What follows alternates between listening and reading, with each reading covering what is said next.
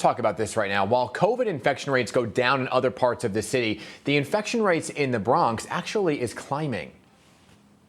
Within New York City, you see the Bronx is high, 27%, Brooklyn 19, Manhattan 17, Queens 18, Staten Island 19. And we're going to do more research to understand what's going on there. Why is the Bronx higher than the other boroughs? So you heard there Governor Cuomo sounding the alarm right over the weekend. Well, this morning we are joined by Bronx Borough President Ruben Diaz Jr. to discuss really how the COVID crisis is crippling his borough. Good morning to you, sir. Thank you for once again for coming on the Pix Up Morning News. Do appreciate it.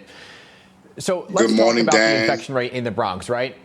It's twice as high as Manhattan. What do you think makes residents in the Bronx just more susceptible to the virus? Why are we seeing a higher caseload in the Bronx?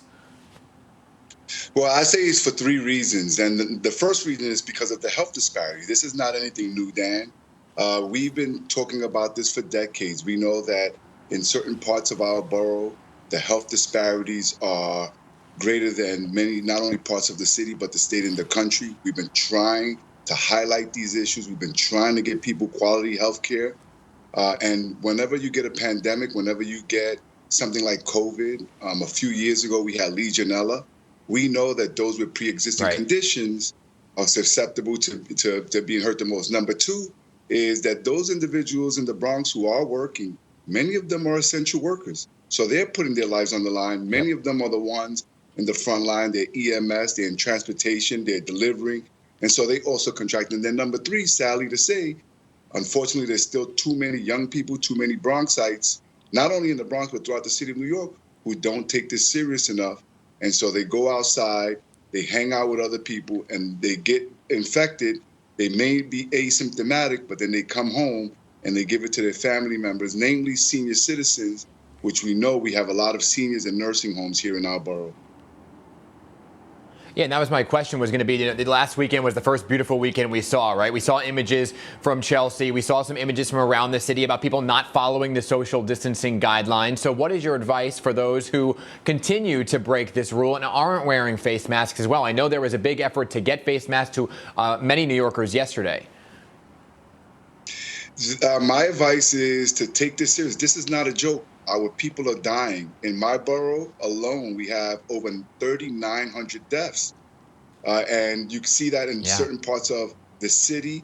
We are not out of the woods. I know that when people hear briefings from the governor, and I think he's doing a great job, and the mayor, you see that we're plateauing, now we're coming down, and we see all of the numbers going down on all of the tracing and tracking indicators.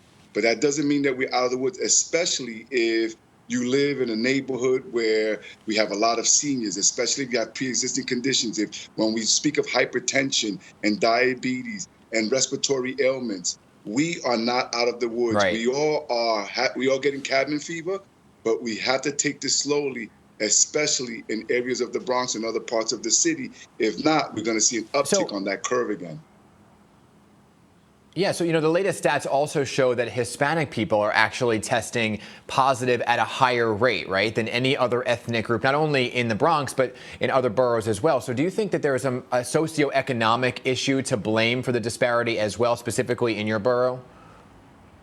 Of course. I mean, in my entire political career, I've been speaking of the vicious cycle of income inequality. When people don't have the resources, when they don't have the health benefits, what you wind up getting is in a situation like this, the fatality rates are much higher than they normally are in other communities. This is the reason why once we get on the other side, on the flip side of this pandemic, I'm hoping that the governor and the mayor and all of us, the federal government, we work collectively because we know what the issues are. We know that people need jobs. Yeah. We know that they need better paying jobs, and we know that they need the health insurance and health benefits and the quality health care that comes with those jobs in order to be able to have a better or a fighting chance whenever we are hit with a pandemic such as this one.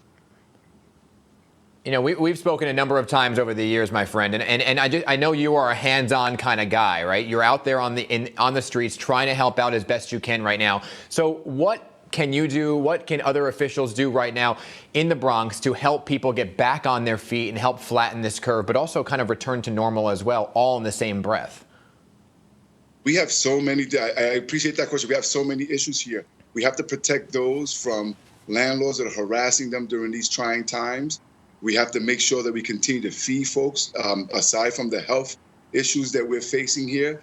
Food insecurity is real, even with people who are working and have lost their jobs and never saw themselves in a situation such as this one. We've been giving out hundreds of thousands of meals every week. And we also need to make sure that we take care of our seniors and that as we roll out opening up, that we do this in a cautious way and not in haste, so that we protect the lives of the people of my borough and the people in the city of New York. Understood.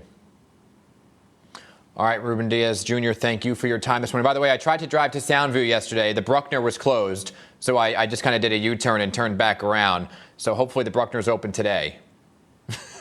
It was. We had on top of it all, Dan, we had a huge fire there yesterday. So, it really when it rains, that's what it was. Here. But thank you for making the attempt. Happy Cinco de Mayo. All right, yeah, I got to make a delivery.